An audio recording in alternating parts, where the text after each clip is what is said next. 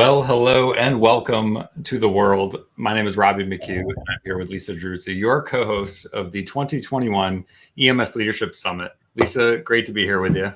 Oh my God, I'm so excited. I can't even stand it.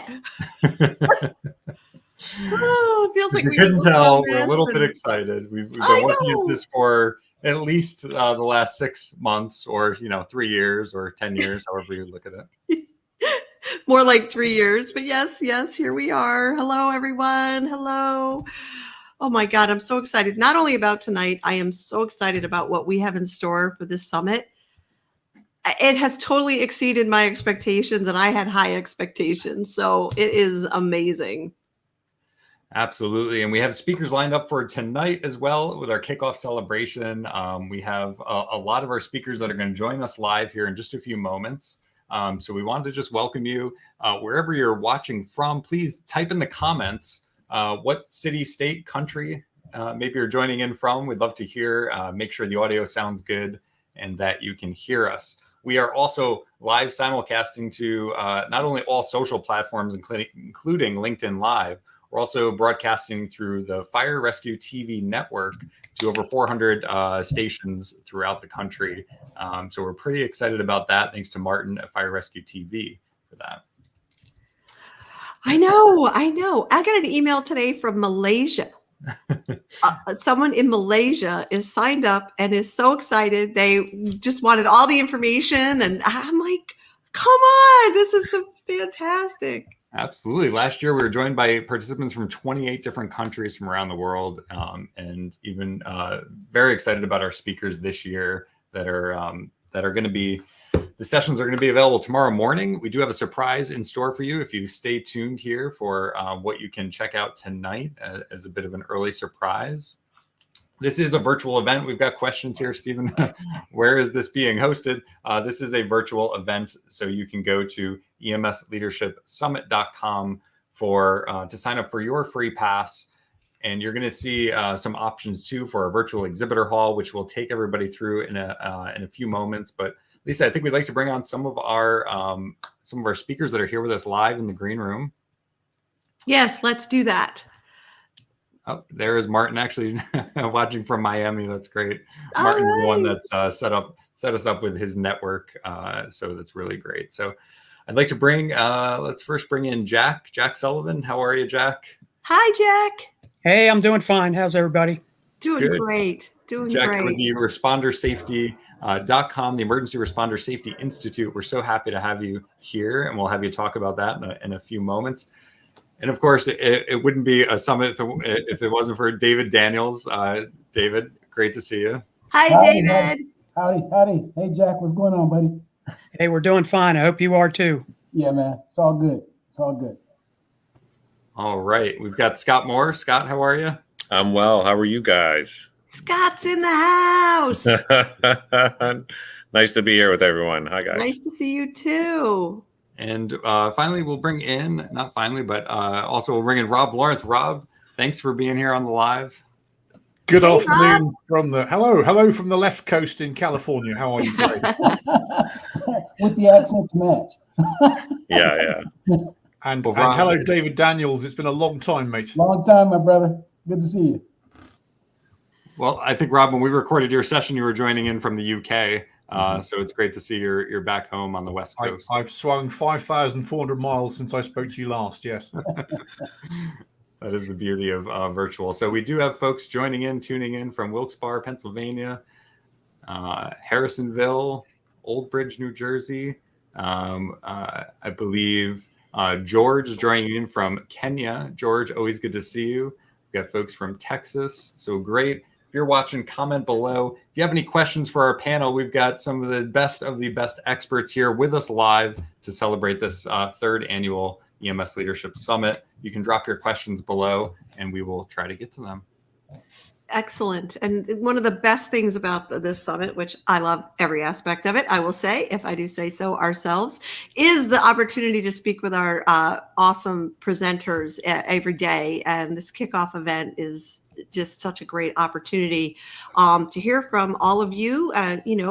What's new, what you're excited about most about your presentation being heard over the next few days. So as we're waiting for questions to come in, maybe we could go around and just hear from our awesome presenters what they're most excited about. Sure. Let's, Rob, if you don't mind, just starting us off here. You talk a little bit about the panel discussion that we recorded with some of your colleagues from across the country. Yes, indeed. I was in the UK, as you mentioned, when I recorded that. I'm now back home in LA, but myself, Alexia Jobson from REMSA, Reno, Nevada, Mark Tenya, who's the media manager for the Richmond Ambulance Authority, and I got together to record a panel about media, being the press information officer, being the publicist, and of course, aiding the politics. And one of the key things that's been happening in the last 12 months, particularly in the pandemic, is we've needed to tell our story loud and to everybody from elected officials down to local news markets. And so we talk a lot about that. And of course, we talk a little bit about being the politician as well, because everybody here is a politician, like it or not. We all drive ambulances that say who we are, and we all need to ensure that those folk are on our side. So we had a great discussion. Thank you for facilitating that, Robbie. I think it went well, and hopefully folk will see that as it comes up. And obviously, we're always around and on social media and can answer questions and address issues as they come up. Absolutely. Such a timely topic as we are talking about COVID and seeing a resurgence across the country. Earlier, I believe I saw a very distinguished panel presenting on, hospital delays and hospital bed shortages. It was a pretty fantastic panel. So really, I think everything you spoke about in that recording was great. And when it comes to the communication that we're putting out there, both internally and externally, about what we're dealing with. No, the word of the week has been delay, and we will, again, having had the webinar this afternoon, we will make much of promoting the not so much the issues, but obviously the solutions, because we have to have solutions now. We can't just continue to moan about it. Absolutely. Hey, David, how about you share a little bit about the presentation you did, but I got to be a part of, which was pretty awesome. One of the hot topics also is psychological safety, and you really have such a wealth of knowledge on that. I'd love for you to share a little bit about that. Yeah, well, first of all, I appreciate the opportunity to share. I was thinking as Rob was talking, it's interesting how the pandemic over the last, now I guess getting close to 2 years, has really pulled the cover off of a lot of things that have been around the entire time. These ambulance shortages, they aren't new. The bed shortages in hospitals, they aren't new. The inadequacy of our healthcare system is not new. The issues around psychological safety are also not new. And there's a part of me that feels that the pandemic has, again, simply pulled the cover off of things. It's forced people to pay attention who might not have been paying attention before. It has unfortunately taken a lot of lives, but it has also given us an opportunity to think about these things different. And when we talk about psychological safety, we're talking about how people feel in life in general, but particularly how they feel at work. People are paying attention now to the fact that you have EMTs who are forced to sit in an ambulance on a corner someplace and barely have a place to go to the bathroom, have to, eat stale crackers and leftovers for lunch. And then we wonder why these folks have difficulty providing top-notch, high-quality service to people who are spitting on them at 3 o'clock in the morning. These are human beings. These are folks who have lives and challenges of their own. This extends to the hospital environment, doctors and nurses and people that are now being called essential, that have been essential all along. And the pandemic has had us focus more on how are they feeling, and having the folks look at themselves and go, how am I feeling? And how is the way that I feel driving the way that I do my job every day? So it's an interesting discussion to have. We're not the only group having it. I'm involved in a few other groups that are having the same discussion, and just really happy to bring it to the pre-hospital healthcare community. That's great. Well, it looks like we have a question for Jack. Martin is asking, how can we keep our EMS responders safe on major roadways without fire support? Should EMS request fire to be used for safety blocking scenes? Shout out to Marty. Been a friend for a long time. Haven't seen him for a while. Missed him at the Fire Department Instructors Conference this year. I hope you're doing well, Marty. The answer is yes. If you don't have any other resources available to you, you should request the fire department to be used for blocking your ambulance scene, whichever the case may be. We would like to think that there are better equipped vehicles available to protect emergency responders on the roadway, but the reality is, in today's world, it's tough to get the Department of Transportation to respond in a timely manner with a truck or a vehicle that's been designed for providing proper traffic control at an emergency scene. Police departments generally get around in police cars, which are not adequate as a blocking vehicle. And safety service patrols are only found in certain parts of the country, mostly in urban areas. And even at that, even in some of the urban areas, they only work at certain times of the day. They're not necessarily out on the street 24/7. So the go-to solution these days is to use a fire apparatus of some sort to block the incident scene and protect the responders who are working at the incident scene, and in particular, the ambulance with the loading area where a patient's going to be going in and out of the vehicle. That's the one that we want. That's the area that we want to keep the most attention at. And unfortunately, the best and quickest way to do that these days is to ask for assistance from the local fire department. So, Jack, I think it brings up an interesting topic. We're talking about not only COVID and the implications of COVID, the psychological safety aspects of organizations and what providers are going through. Here, we're talking about physical safety. Jack, you've been now here a second year in a row talking about the Emergency Responder Safety Institute and the resources that are available. And it might be a good opportunity just to take a quick break and tell people a little bit about your organization and the efforts that you've been putting together, the free resources. Yeah, the first thing I would tell you, Robbie, is I just checked a little while ago before we went online, and we recorded my training session back in June. And at that time, we had 28 fatalities that had been recorded so far in 2021 of emergency responders struck and killed by vehicles at some sort of roadway incident. Unfortunately, that number has changed considerably since then. And today I recorded our 46th fatality in the country from being struck by a vehicle. It happened to be an EMT from AMR down in Georgia who wasn't on an emergency call. He was on a supply run taking materials down south to help the folks in Louisiana that had been affected by Hurricane Ida. They came upon a motor vehicle crash and decided to stop and help, which most of the people who are involved in our business are type A type people. We're wired to help out anytime we see somebody that needs assistance. That's what they did. They stopped to help somebody who had just been in a car crash. And while they were working on the patient and assessing injuries, they were struck by another vehicle. 2 EMTs, one was killed and the other was injured. And it's just another example of the issue that we've been trying to address at the Emergency Responder Safety Institute since 1998. And we've accumulated a wealth of information. We've put together somewhere in the area of 45 online training modules, all of which are free for anybody who wants to use them. We've been fortunate enough to get some solid grants from the U.S. Fire Administration and some other resources to help put this training together and deliver it online with an online learning system at no cost to any of the responders or users out there. In fact, there isn't anything on our website that costs anybody any money at all.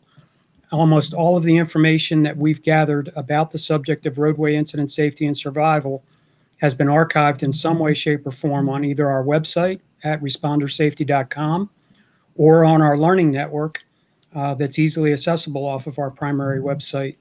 We've put together training packages for people to use to do training within their own organization on this subject. You can get your National Traffic Incident Management Certificate online if you cannot attend an in-person instructor-led class of some sort, which are available for free around the country. Each state now has their own ability to provide instructors to almost any emergency services organization, to provide the 4-hour National TIM training program.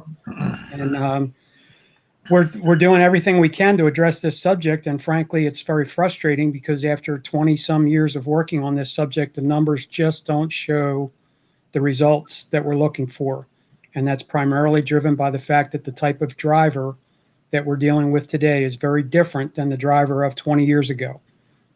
They are more interested in doing things other than driving these days, which leads to additional problems for our emergency responders out on the street. Well, I will say, Jack, your presentation was eye-opening. The videos that you've put into that presentation are really just incredible to watch, between the semi-autonomous vehicles and what people need to be more aware of on the roadway, and then the safety tools that are available that again, sometimes you don't know what you don't know. And this is a perfect presentation, I think, to learn more about how your department can protect its most important asset. Really, it's people. Yeah, we put together one web page that I know you've highlighted for EMS personnel that lists all of the resources that we have available with quick links to each of the resources. We updated it for this year, and the information is still valid, and all of it's free. All you have to do is make use of it. It's really great. Well, thank you to you and your colleagues for putting all this information together and really helping, again, resources for public information officers and educators, frontline responders, like really leadership at every single level, which we love to see.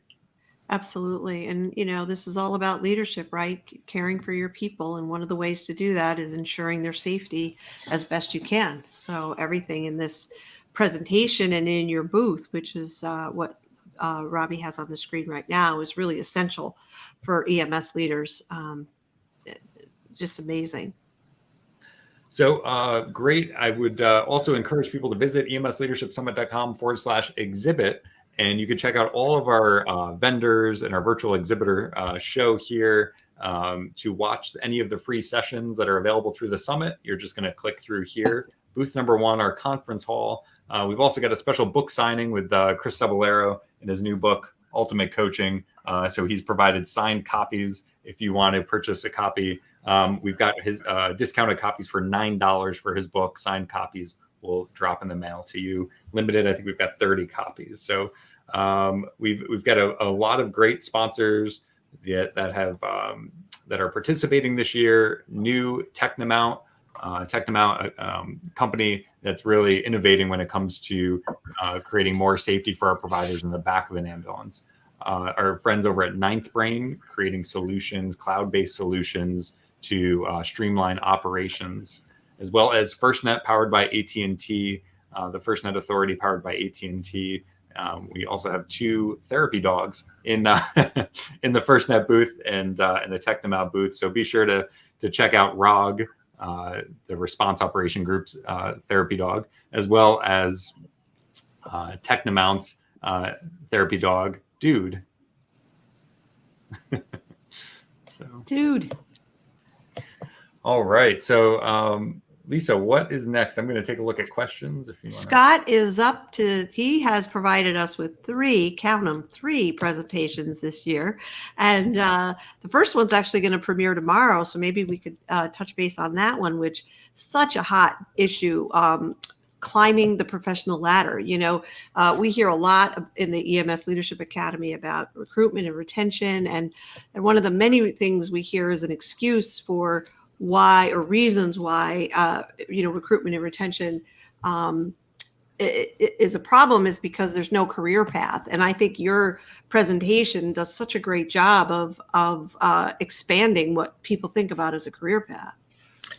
Well, and I can't thank you enough for sort of helping facilitate and discuss that session with me. I always think it's generally becomes a richer presentation when you have folks like yourself who have been working with professionals for years and years.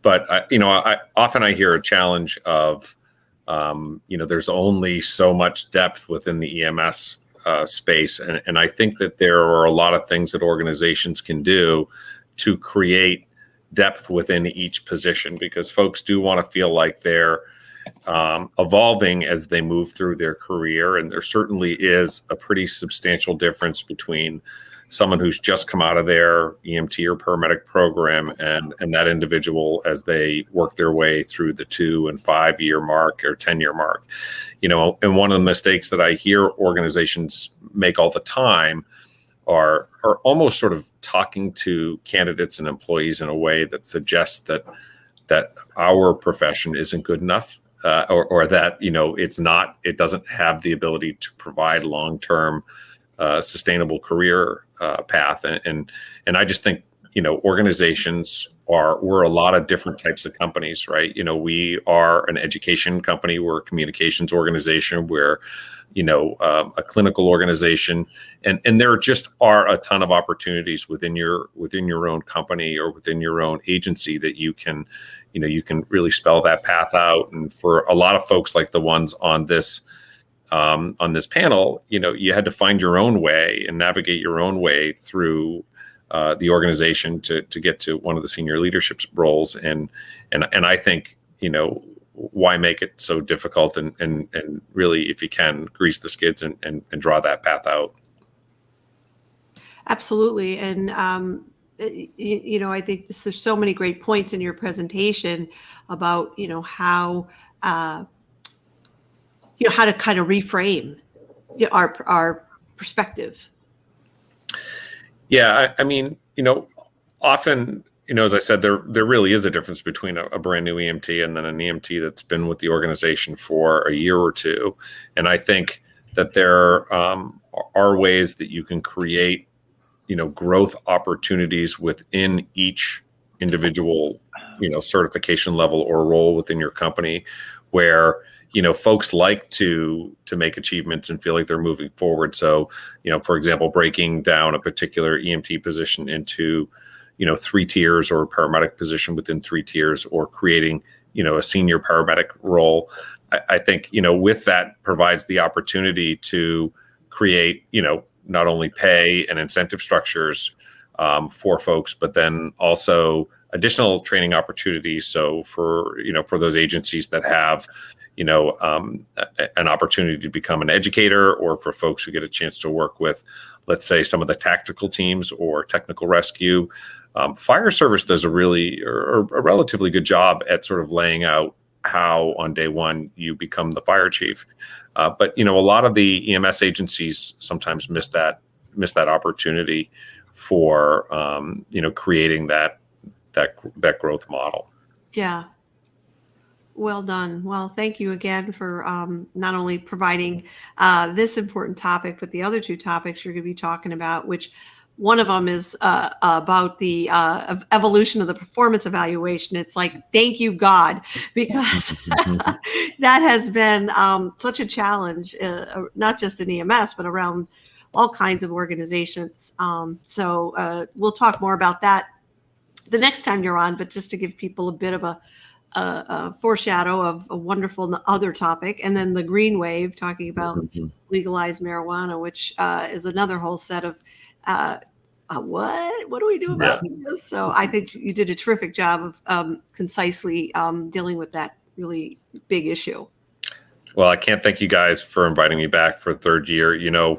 I as Jack, put that there were all these free resources. This really is a great opportunity for professional development and career development within an agency. A lot of folks think that's got to cost money, but all too often there are a ton of free resources and educational opportunities out there, and this conference is one of them. No question. Thanks. Yeah. Coming in from the community, just echoing Scott and Lisa, the conversation around other services moving on due to better pay, better benefits. So the message is definitely resonating. That's for sure.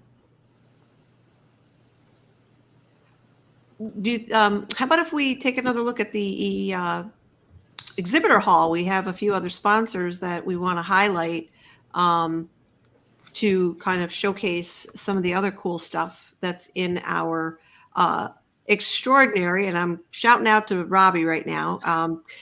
This exhibitor hall is designed by him and all interactive, unlike any other online conference that we've seen. our exhibit hall is very robust. People can go on. There's free things available. Discounts. IA Med is offering some pretty deep discounts on some courses. We're gonna have a lunch and learn this week. Yeah, so this is the second year in a row for a lunch and learn, and this year with the CME Collective, which we'll have Chris talk about in a little while here in the second half of the hour. But folks can go on and register for this Friday, September 10th. If you're interested in the latest critical care training and cutting edge critical care training, the folks at the CME Collective have definitely, their partners, put together a way for you to get accredited CME continuing education through their new platform. And you can listen to some of your favorite podcasts, Heavy Lies the Helmet, Rebel EM, the Med Inspired podcast, and more. There's a lunch and learn. So for the first 100 people who register and attend, we're going to send out $15 Grubhub gift food vouchers. So you'll be able to order food and attend a lunch and learn, because sometimes it's all about the food. As great as the presentation will be, sometimes it's all about the food. Absolutely. But I would just I'd say definitely check out the exhibitor hall. One other they're all my favorite, but one favorite is the Bender lift for folks that have been in EMS for more than 10 minutes and you've had to lift a patient off the floor. This device is a back saver. Putting 30 handles on a person, so much more comfortable for the patient. So we thank Rick Bender and his family for providing a free field trial. They will ship you a Bender lift and a Bender lift bariatric if you want. So your crews can get their hands on it. And when you lift a patient with this device, you'll never want to lift a patient again without the device. It's really that good. So shout out to Bender Lift. Check out their exhibitor booth.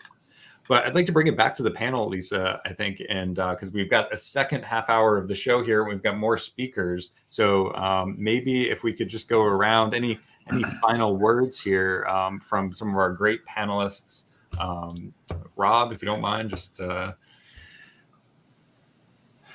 Yep, certainly. I mean, one of the takeaways we want everybody to take away from our panel session is that everybody these days has to be the PIO. And if you're in an organization that's traditionally in the no comment department, sorry, you can't do that anymore, because we now have a story to tell. We have citizens to educate.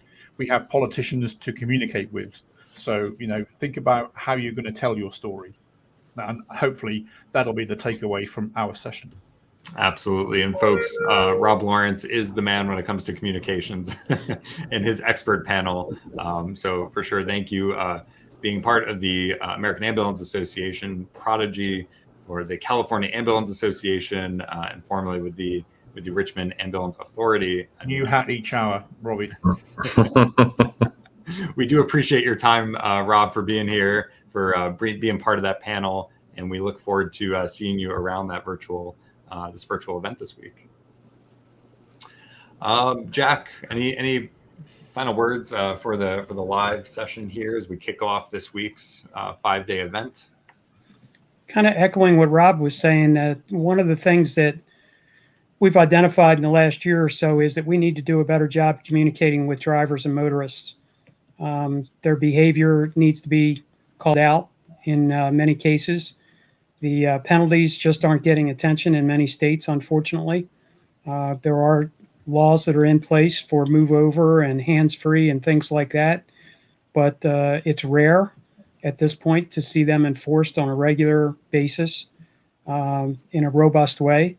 And unfortunately, sometimes when there are tickets or citations issued and they get to court, the judges often let them off with a warning and say, just don't do it again.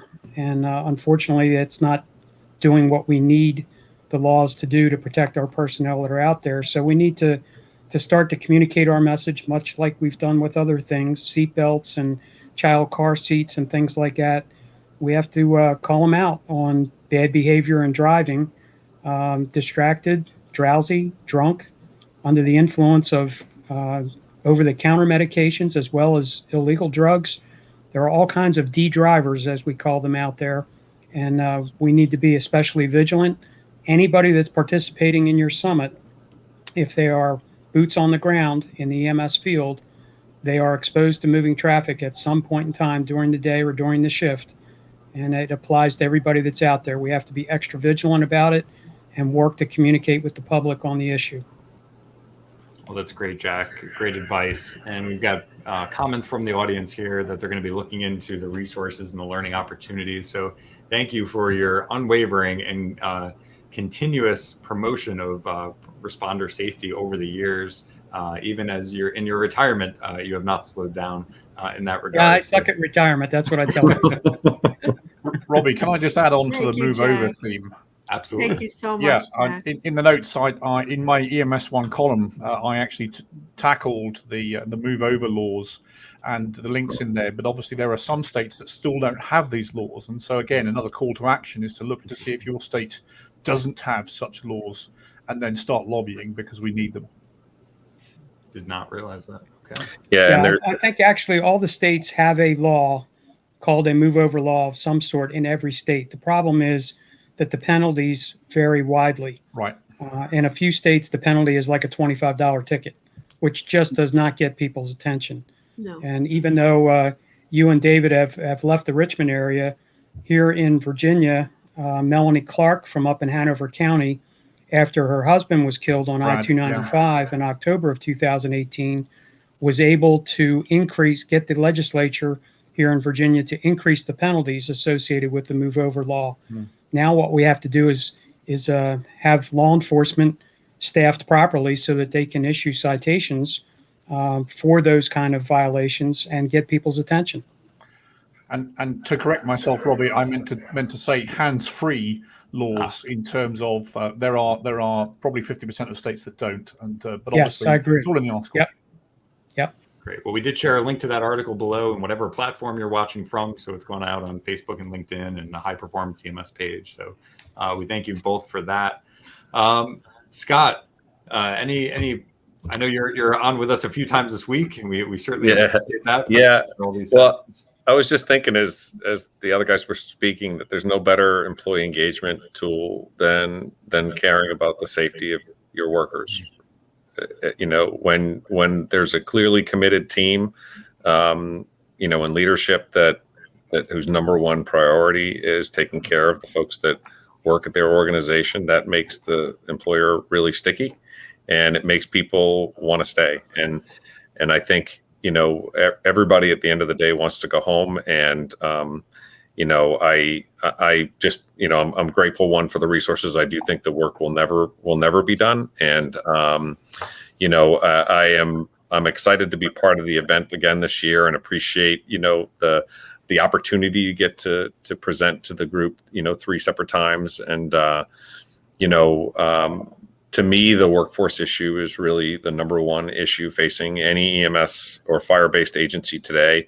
You know, we're not just like 5 years ago when we were competing with other EMS agencies or fire safety agencies. We're now competing with every other single employer in the country. And so, you know, this is where, you know, when folks say, is there, you know, what's the solution? I say, there is a simple solution. It's just not going to be easy. And that is, you know, you need to pay more attention and spend more effort and more time on engaging your staff on a regular and ongoing daily basis, worrying about their safety, making sure they know that they are the number one most important part of your agency, and critical to the delivery of, you know, life-saving treatment. So, you know, I appreciate both of you inviting me back, and I have no business being on the panel with these gentlemen that are here. But I thank you for the opportunity and look forward to the event myself for my own attendance and get to see some of these great presentations. We got Duncan from Australia commenting. It's great to see Scott and Jack back again, and Eric, definitely Eric Chase, one of our speakers that's going to be on this week, talking about that, what Jack mentioned, and in his work with peer support. So get comments from Martin here. Lots of hard work. Definitely was a lot of work pulling this all together, but a pleasure and an honor to have all of you to be an opportunity to interview with you or feature your presentations and just be with this incredible group here. So David, some final words here for our live kickoff tonight and what people should expect maybe the rest of the week. I've I saw a theme amongst all of my colleagues on tonight. Everything that this summit is doing is connected in one way, shape, or form. And the connection that I see is the connection around the safety of human beings, not just human beings that are employed by these organizations, but the safety of the human beings who just happen to be on the roadway. I heard something up at up at a program at Harvard I went to a few years back. He said relationships are primary and all else is derivative. And that's what this is about. That communication that Rob was talking about, that's about generating and creating a relationship with a community. So when you speak, people actually will listen. It's difficult to do when we don't relate or interact with the people that we say we're there to serve. It requires effort. And as Scott mentioned, it's not easy, because if it were easy, everybody would be doing it.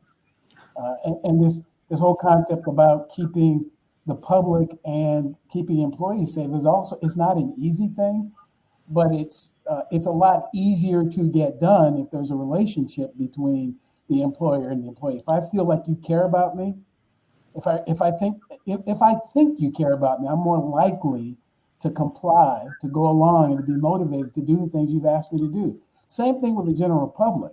We've got certainly fines and arrest and all that are one way of dealing with the public. Another way, I'm not saying that it's a either or, it's actually a little bit of both, is helping the public understand how this helps them, so that money that you say you don't want to spend, you're going to spend it. So if we injure or kill an EMT, particularly for a public agency, it's going to cost you 3 to 4 times their salary to get the work done while they're out.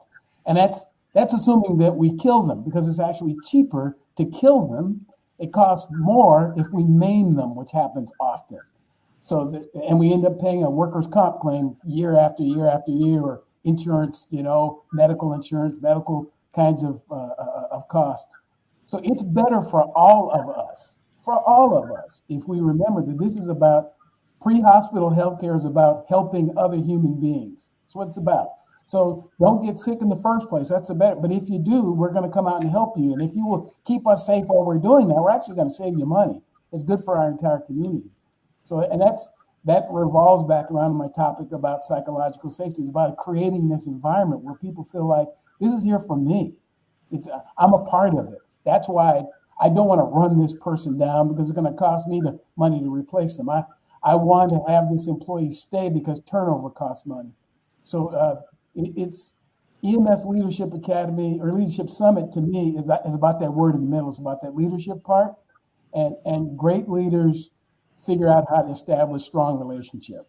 And I think over the course of this next few days, it's about people hearing, oh, that's possible. Oh, we can do that. And taking that back and building stronger relationships with the people that they work with.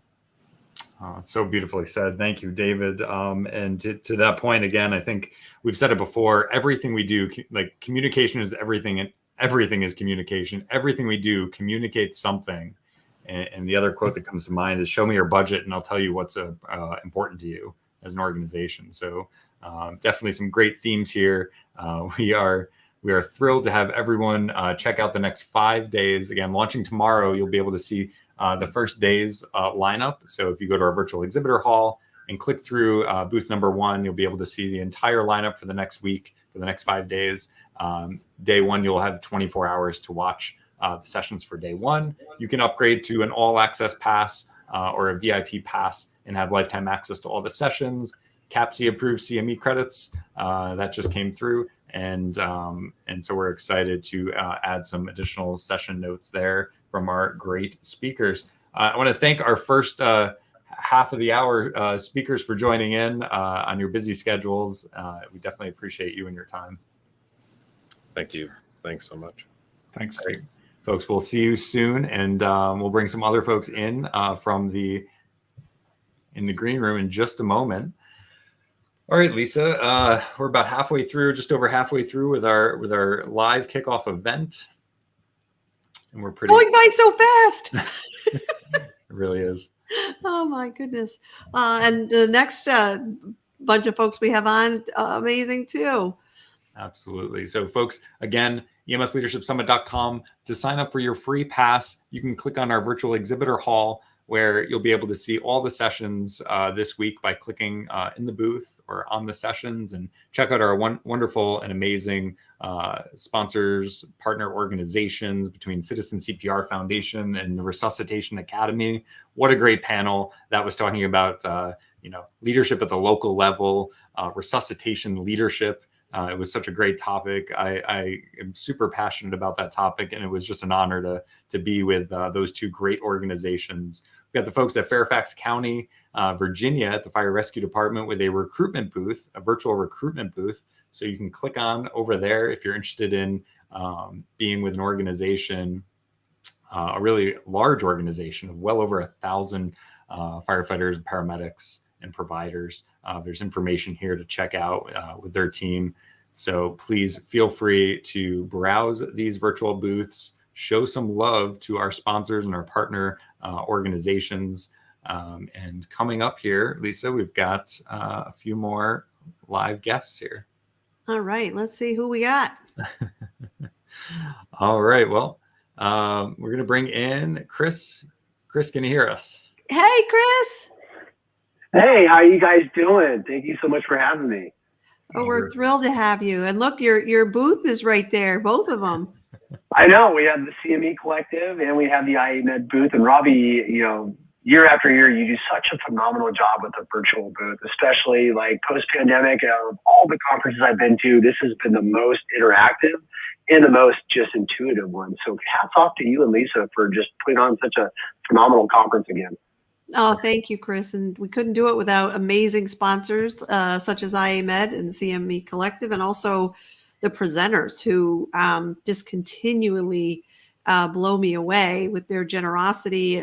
Scott Moore doing 3 sessions for us this year, and you doing a session for us. And as busy as you are as the CEO and president of IAMed to, make time, just thank you so much.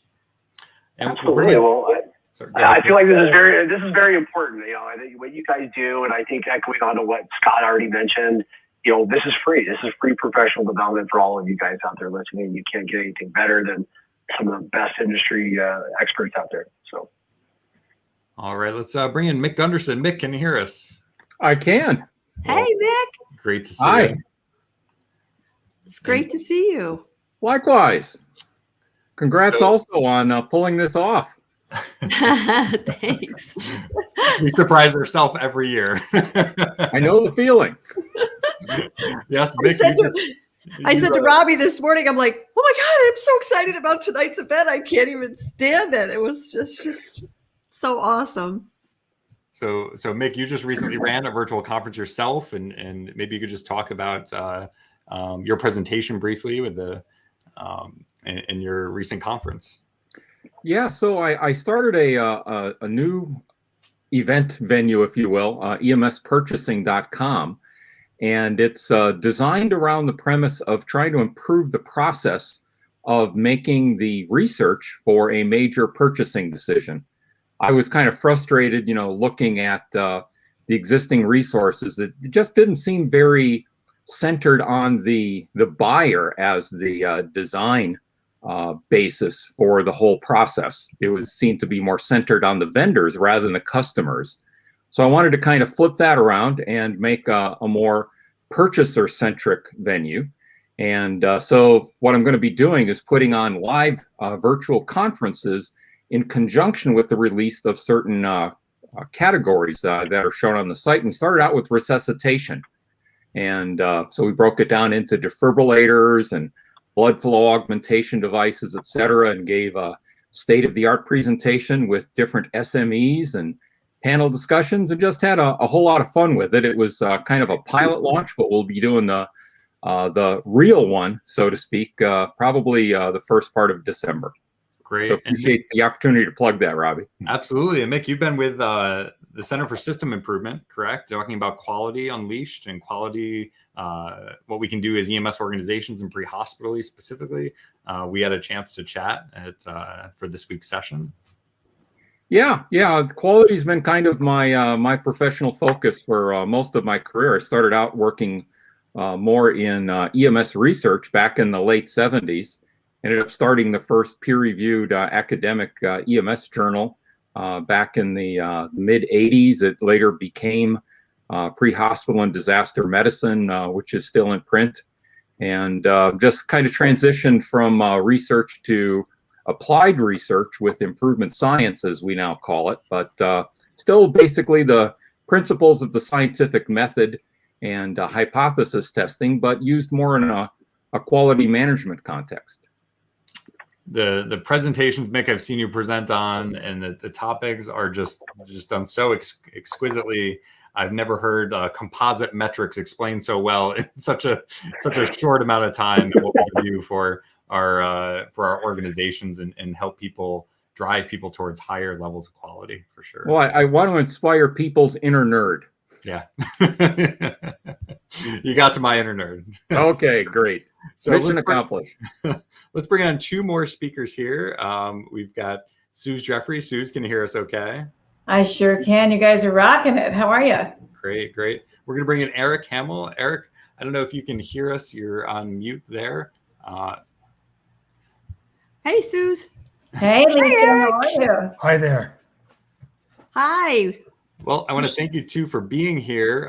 Suze, you're joining in from Florida and really talking about what we can do as, you know, pre-hospital providers, paramedics, as EMS providers, how we can really feed our body with quality foods, and talking about the nutritional aspect of self-care, which is such an important topic, especially with like the resurgence and reopenings that everyone's dealing with, the higher call volumes. You know, it's so true. It's such a timely topic because there's a lot that we cannot control these days, these kind of crazy days in the world, but we can control what we put in our mouth. The challenge is usually we just don't have enough time, or we're overwhelmed, or we just don't know how to go about it. And so we go to our, you know, fast food, our old habits that don't necessarily serve us. But what we eat actually has a huge impact on how we feel, our energy, how we sleep, how much extra fat we're carrying on our bodies, and how our brain works, like all kinds of things, how we manage stress, and especially our immune system. But I got to tell you something really crazy. Small world factor. So one of your sponsors is from Fairfax, Virginia, right? Right. Fairfax County. Fairfax County, Virginia. My brother, which is why I'm passionate about helping EMS and first responders. My brother was an EMS professional and then later on a policeman and firefighter for 40 years. And he started his career in Fairfax County, Virginia. That's where he started. So I was like, what? It's a small world. It's a very, very small world. That's so great. And absolutely, when it comes to providers, you know, rushing from call to call, just trying to get them to focus on, especially as leaders, us to focus on their nutrition, because and how well they're taking care of themselves physically, as well as emotionally. And I think that's where, Eric, your presentation, you know, hits the nail on the head when it comes to what organizations can do to look after the psychological aspects of either PTSD or what providers are going through, along with Dude, your therapy dog. Exactly. Well, actually, we had a few suicides a few years ago, and we had to change everything we were doing to make, you know, adjustment to be, as you said, right on the nail, because what the services we were provided to our medics were not very good. Actually, they were very poor, I should say. There was some like a psychologist on call who didn't know what we were doing in life, and you know, you had to call him and say, well, we had a suicide, what we should do about it. And people were not calling them. So actually what we did, we had like peer support and a social worker working with us. But almost these things, the medics, they don't want to talk to people. They're macho and they're okay. But when they got the Dude into place, the third thing, okay, well, people, they didn't want to talk to us, but they wanted to talk to Dude, to play with Dude. And while doing that, they could verbalize what they had, what the call was. And after that, they were able to talk to us and were able to get through all the steps, to get them through, actually cure them and to heal the small wounds they had. And the major thing we want to do is, when they have a bad event, we compare this to a wound. And when you take care of the wound well, it won't get infected and you'll do well. Mm. So basically, that's what Dude does for a living, and he does it pretty well. And thanks to you for recording our first presentation in French, and thanks for being here in English for me, because I apologize, my French is not good. No problem. And joining in from Quebec, and really sharing your stories about your ambulance service, and how you and Dude have really changed so many lives in your organization, and been there for providers, and their worst moments when they were probably in some of the worst situations they've had to experience. So shout out to Technomount as well for providing the captions and translation. So folks are going to have an opportunity to watch your session this week, Eric, and they'll be able to watch it in French, and they'll be able to also read along in English too. So thank you to Technomount for that. Well, thank you. Eric, Merci. That's all I know. Merci beaucoup. yeah, Eric, it's always amazed me how people will open up to animals in ways that they won't to other people. It's just fascinating psychology to me. Yes. Exactly. And you know what? I knew that people would like to cuddle the dog and to get with the dog. But what I didn't know when we first got the dog, that there was some physiological thing going on when you touch the dog. I didn't know that, and there's lots of studies on that, and also psychological thing also. And when you get through all this literature about this, it gets so interesting, and there's many things to do with these dogs. I agree. I just wanted to show you guys my service dog, Portia. Hello. And I couldn't echo what Eric is talking about anymore. I just lost a friend actually last night. I found out this morning to suicide and PTSD, and it is a struggle. It is greatly impacting our industry right now, and I think it's not something that is being brought to the forefront. And especially as this pandemic wears on and we continue to tax our resources, this is going to become more of a prevalent thing, and we're going to see it continue to rear its ugly head. And as myself as a survivor of PTSI and PTSD, it's a struggle, and I want to let everybody out there know that there are really good resources like Eric and things like that out there. If you are suffering in silence, please just saying hi or a buddy check is extremely helpful in these times. And we have a number of presentations really featuring this topic. Rob Cook tomorrow morning is kicking us off with his presentation. And we also have the wonderful Wendy Lund, who's back for her third year talking about this. I mean, she's just an expert, has studied this. And then Dr. Keith Blevins is with us, just to name a few. I mean, we are so passionate about caring for and as leaders, we feel that that's the number one job of leaders, is really to care for the people in our charge. And so we dedicated a lot of hours in the summit to this very important topic. And I really appreciate you, Chris, talking about your own experience, because it normalizes it for people. It's not something we have to hide.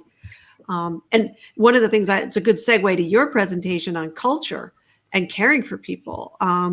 It's another big topic that Robbie and I are passionate about. So could you say a little bit about your presentation so people know what to look for? Yeah, absolutely.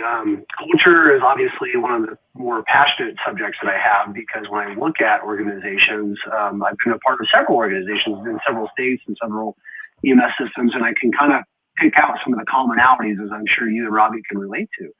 But when you come to culture, I don't think a lot of frontline EMS, especially public safety, whether it's a governmental agency or a private agency, they really don't emphasize culture enough. It's either driven by call volume or expansion or growth, but culture seems to kind of fall by the wayside. And a lot of the things that we see within culture, if you can foster a healthy culture within your organization, you're going to find a lot more ability for your organization not only grow, but be resilient. And you're going to you're going to impact the financials from a business aspect, because you're going to be able to retain your employees. Studies over and over and over show from other industries, which I don't understand why EMS and public safety has such a hard time kind of grasping these, But when you look at other industries and how they embrace culture, especially culture as it's adapting in this new day and age, whether it be the woke movement, Black Lives Matter, Pride, take your pick. Things are adapting and changing, and other industries are really taking those to heart, whereas public safety, we're kind of falling behind. And so my talk is going to kind of talk about what culture really is in your organization. It's really your brand. If you think about it, it's what other people are going to think and remember you by. But also just some things to talk about with toxicity within culture and organizations and all the negative effects that come with that. If your organization is struggling to get ahead and you're trying to figure out how are we not growing, how are you not being more progressive, well, I would invite you to look at your culture. And then kind of wrap it up with just a 6 quick tips on what you might be able to look at within your organization and apply. So that way you can hopefully, get some good steps towards having a healthy culture and being progressive and fostering this new culture of, being accepting, looking after those in our charge, like you mentioned, and all those other things out there that we just take for granted or we don't really think about because it's usually an afterthought, not a forethought. So hopefully this talk will, bring up some good ideas, some tips, and hopefully bring some insightful conversation within your own organization. Yeah, it was eye-opening. And I mean, I'm someone who's been studying culture a long time. So I liked how you had those actionable steps at the end, which I think people really appreciate. Yeah.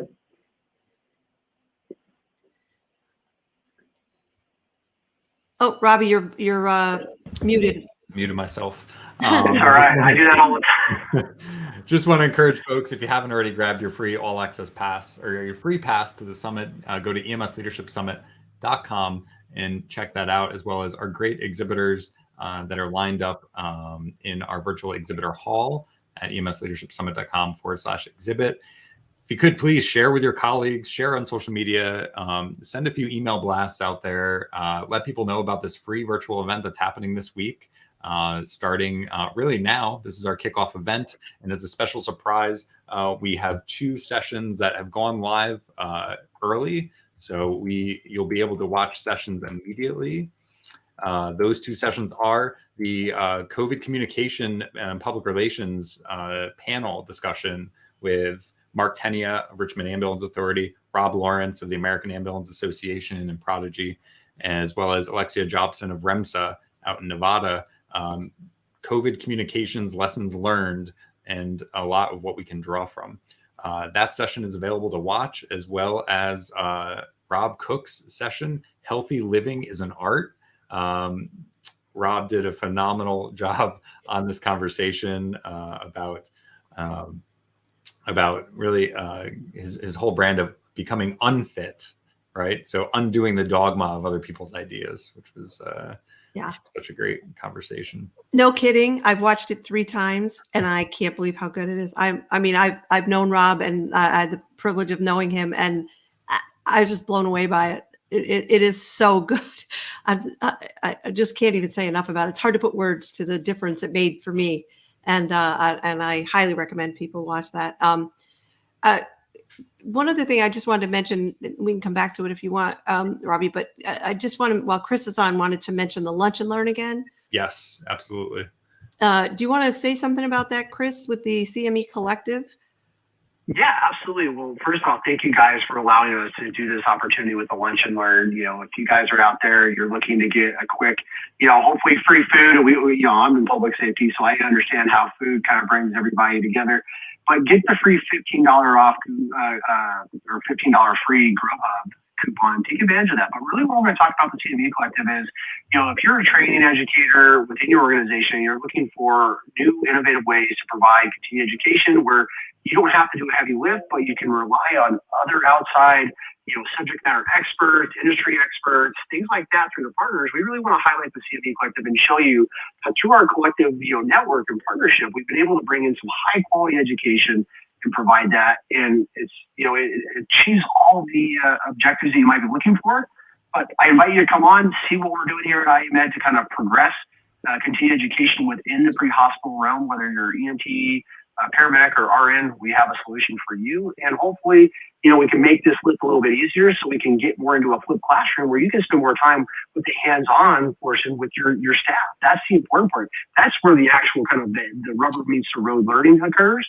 We just handle the online stuff, and we're hopefully make it a little bit easier and intuitive. But I'm really excited to have everybody come out and just kind of check it out and see how we can build a custom LMS portal for your agency. It's great. And thank you again for being a sponsor. Putting on a free conference. It's done because we have extraordinary sponsors and awesome presenters. So we appreciate you very much. All right, we've dropped a link below too for folks if you wanted to check out that lunch and learn. The first 100 to register by this Friday will get access to one of those Grubhub gift vouchers thanks to the CME Collective. Please check out our other brands. Sue's had to hop off, but she's also put together some tips and recipes for healthy eating in a snack guide because, who doesn't love snacks?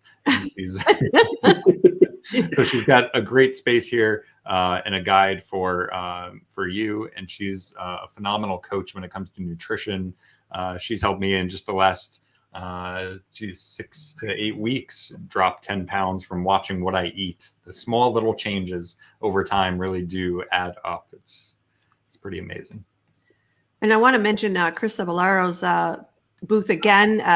Something new this year. We're having a book signing. Book signing. How cool is that? This terrific book, Ultimate Coaching, and he's given us 30 copies, signed copies. So discount price of $9 if you're interested in getting a signed copy, and it's the first 30 people who do that. And so you go to his booth to get a signed copy. And we've also put in a special price there if you want to bundle it with our book as well, but $9 for this signed copy of his book. So we appreciate Chris, and we love having a little virtual, author corner. So hopefully in the future to feature more books from other great pre-hospital providers. So we are nearing the end of our kickoff. I want to thank all of our speakers for being here, but maybe just going around the table here, this virtual table, to hear any final thoughts on leadership, what people should look forward to for this week, or any comments you've had from this virtual discussion here. This is Mick. I hearing what the other presenters were talking about just in these comments, I think people are going to see a lot of connections, particularly like the connection between quality and culture. It's such a fundamental influence on how well quality is executed in the organization. You have to have the right cultural milieu to make those improvement projects really thrive, and people view quality as a positive rather than the quality police stigma that seems to unfortunately still be all too prevalent in our industry. So just kind of echoing those comments about quality culture there. That's great, Mick. That's really very insightful and helpful. I couldn't agree more, Mick. I think, when you look at that, it makes it easier to do quality and not have it be kind of a negativity thing. When you do have that culture, that base, that fundamentals that allows everything else to thrive and grow. And it doesn't mean just quality. It could be anything with patient care, billing, employee retention. So, what you're going to see is I think all these talks are going to intertwine and they're going to connect together. And not only that, I think you're going to see some real talk, which is more important. I think, conferences like this allow us the opportunity to really share openly and really allow people to really see behind the scenes and kind of take that energy in. So glad to be a part of it. Great. Thanks so much, Chris, for being here and being on the live. And Eric, any final thoughts from you and recording this presentation and putting it together for other leaders around the world? Well, actually, we don't have I'd say the magic way of doing things. But I hope by sharing our experiences and our work in progress, because actually it's a work in progress, we might help a few people find solutions to their problem to PTSD. And it's a real problem. Actually, we didn't think we had a problem. And we had like lots of problem at the same time because everybody were exploding, and cases were exploding. So exploding, I should say. So I hope we'll help a few people just to wake up about the problem, and after that, share a few solutions we got. And as I said, we're not perfect.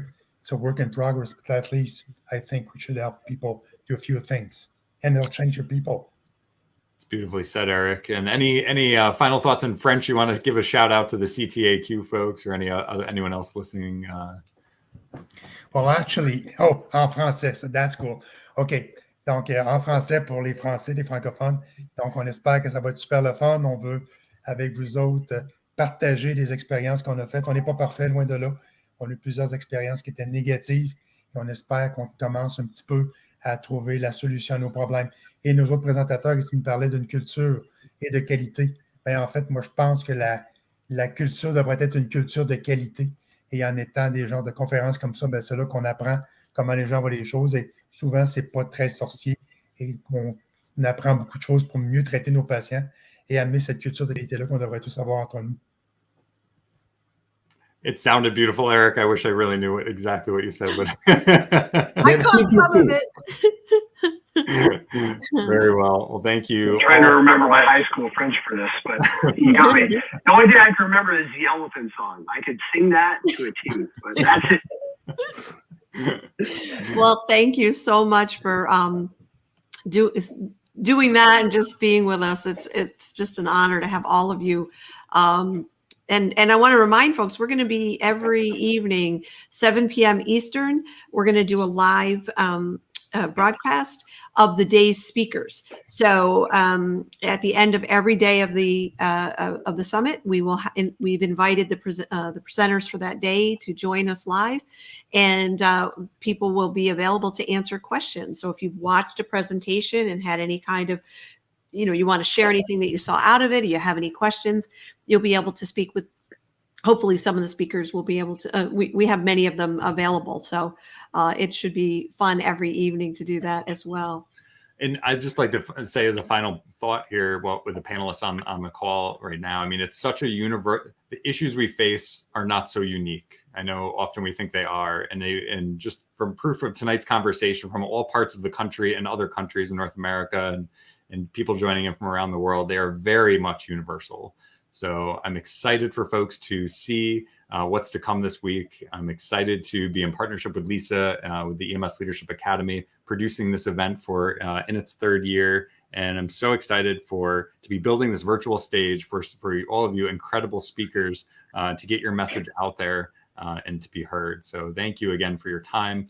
Eric, Mick, Chris, thanks for joining us. Well, thank you, Robbie and Lisa, for putting this together. You guys have done a phenomenal job in helping us progress our industry. Oh, thank you. Thanks, Chris. All right. Mick and Eric, thank you so much for joining us, and we will see you later on in the week. All right. Bye-bye now. Thanks. All right, Lisa. Well, I think we are, well over our hour of live kickoff, but we still have folks out there watching, and maybe we could just give people a little preview of tomorrow's day number 1 lineup. I think that's a great idea because we have extraordinary opportunities for people to hear from industry experts and on their most pressing problems. So as we said, Rob Cook is live now. His session, we have opened that up for folks. I can't say enough about that. And then Scott was on a little earlier talking about his presentation. And all of these sessions, if I could just say, they're all going to be available tomorrow at 8 a.m. or 8 a.m. Eastern. So adjust for your time zone. So we've put the dates here for the entire lineup for the week of what to expect and when you can find the sessions. So make sure you grab that free pass or upgrade to an all access pass, and you get instant access to all the sessions and lifetime access. So as a special treat, we've put 2 presentations available right now, which are Rob Cook's presentation and our panel discussion on communications with the foremost experts in EMS communication. We're thrilled to record that session. And you just heard Chris talking about his talk. And then Richard Lee here talking about from the St. John Ambulance Service in the UK and England, how his organization pivoted to train and deploy 27,000 volunteer vaccinators. I think he said they started with an organization of, I could be wrong, but less than 7,000.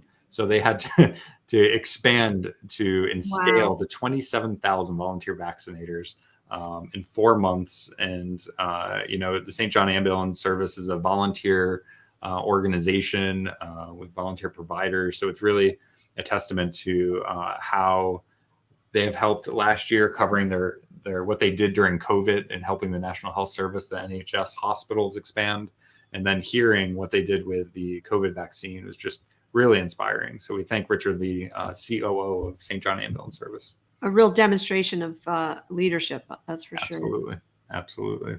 And we've already talked about the excellent panel. Thanks to Mark Tenia from Richmond Ambulance Association, from Rob Lawrence, who you heard from earlier in the hour, and Alexia Jobson over in REMSA Health on the West Coast. And then David Daniels, our returning 3-time speaker. He will be with us at the end of the day tomorrow for the live daily debrief. His topic is very impactful as he talked about psychological safety and psychosocial hazards, which I think will really bring the topic to life when you hear about the psychosocial hazards that he mentions during his talk. Absolutely. Next up, and finally tomorrow, we've got William Martin, a flight paramedic. He spent a career as in very in environments. I don't want to say that were unsafe, but high risk, high hazard environments as an electric utility lineman and as a paramedic. So he saw 2 different worlds of, from a safety perspective, and talking about psychological safety. He weaves that topic through how we can create, and empower team members to feel safe and comfortable talking about potential hazards, mistakes made, and how they can do things better. So William talks about some great experiences he's had in improving the culture of an organization, as well as now as a flight nurse and in his spare time doing expeditions to Everest Base Camp, Mount Rainier, Mount Kenya. So just an incredible amount of experience in that short talk that he shared with us. So there you have it, folks. There's your day 1 lineup starting tomorrow. You can get a head start tonight for those with a free pass, and tomorrow, or if anyone who's purchased an all access pass, you can get that all access pass for $97, lifetime access to all the sessions. And at the end of the conference, that price will go up to $147. So be sure to grab your all access pass or your VIP pass by visiting the website or checking your emails. And can I just say as a reminder, I know you said this earlier, but that at 8 a.m., all the other presentations, 8 a.m. Eastern, will go live, and they will be available you can view them for 24 hours. So right. All the presentations will be available at 8 a.m. Eastern, and they will be available for 24 hours. And then when day 2 comes out, they will be available at 8 a.m. and for 24 hours, and et cetera, all the way through till Sunday. So be sure to check those videos recordings out. We've even got a little countdown timer for folks. As you can see, we're opening up this session early, but they will be 24 hours starting tomorrow. Lisa, I think folks, I'm really excited for folks to check out this virtual exhibitor hall. Again, if you want to watch any of these sessions, go to emsleadershipsummit.com/exhibit, and you'll be able to see some great booths, virtual interactive booths by our sponsors at Technomount, being able to watch some innovative solutions they have for highly rated and safe equipment and securing of equipment from any monitor, any transport device, as well as you heard earlier from Dude, the therapy dog, his owner and trainer, Eric. Technomount is a sponsor and helps fund Dude and his costs. So we appreciate Technomount for their service with Dude and what they do for the CTAQ agency in Quebec, and featuring some of these great products, innovative products for any type of stretcher to help improve the physical safety of providers. Our folks our friends over at Ninth Brain Solutions, if you're looking for some incredible solutions to challenging different software platforms, the Ninth Brain suite has incorporated into one solution, or really whatever to improve your operations and streamline processes, from quality assurance and quality improvement to scheduling, communication tools, forms and checklists, debriefing, safety management systems. So they've got some great handouts here, as well as testimonials from organizations. And you can touch base with Tim. He is the head of client services, the brand ambassador. and you can follow up with Tim if you want more information. Send him a message if you're interested in getting a demo of the Ninth Brain solution. Finally, I think our friends over at the FirstNet Authority, from powered by AT&T, you can see a little bit, you can see a lot of it about all the different resources that are available to organizations in the U.S., resiliency infrastructure, as well as their response operation groups, therapy dogs, multiple dogs, I believe. And you can see an interview with Ryan about that session, or about what they can do. And this was recorded right before the hurricane that came through last week. And I saw pictures of, these mobile resources being deployed to areas without cellular communication when towers were brought down. The FirstNet 1 blimp to provide satellite and increased coverage. So we appreciate the folks over at FirstNet, and check out the booth, learn more about these different deployable rapid assets, the rapid deployable assets that are available, as well as the discounts you can get from being part of the FirstNet network, from family plans to priority and preemption for first responders. I just want to know how you got that truck in there, man. You drive that baby in there. Carefully, very carefully. It's amazing. If you want to learn more about FirstNet, this booth has a lot of information here and downloadables, and you can really talk to your agency leaders about what that would look like for your agency to switch to getting priority and preemption when it comes to disasters, or if you encounter a disaster in your community, what resources are available through your incident command to help with those longer term natural disasters that folks can face. It's a great job. And can we just highlight the Fire Rescue TV? Yes, Martin at Fire Rescue TV. We're broadcasting these live streams. There was our EMS Week broadcast right there on the station messaging and billboard to improve communications in your departments, especially if you have multiple stations. You can reach out for digital information screens that attach to any TV with a little box.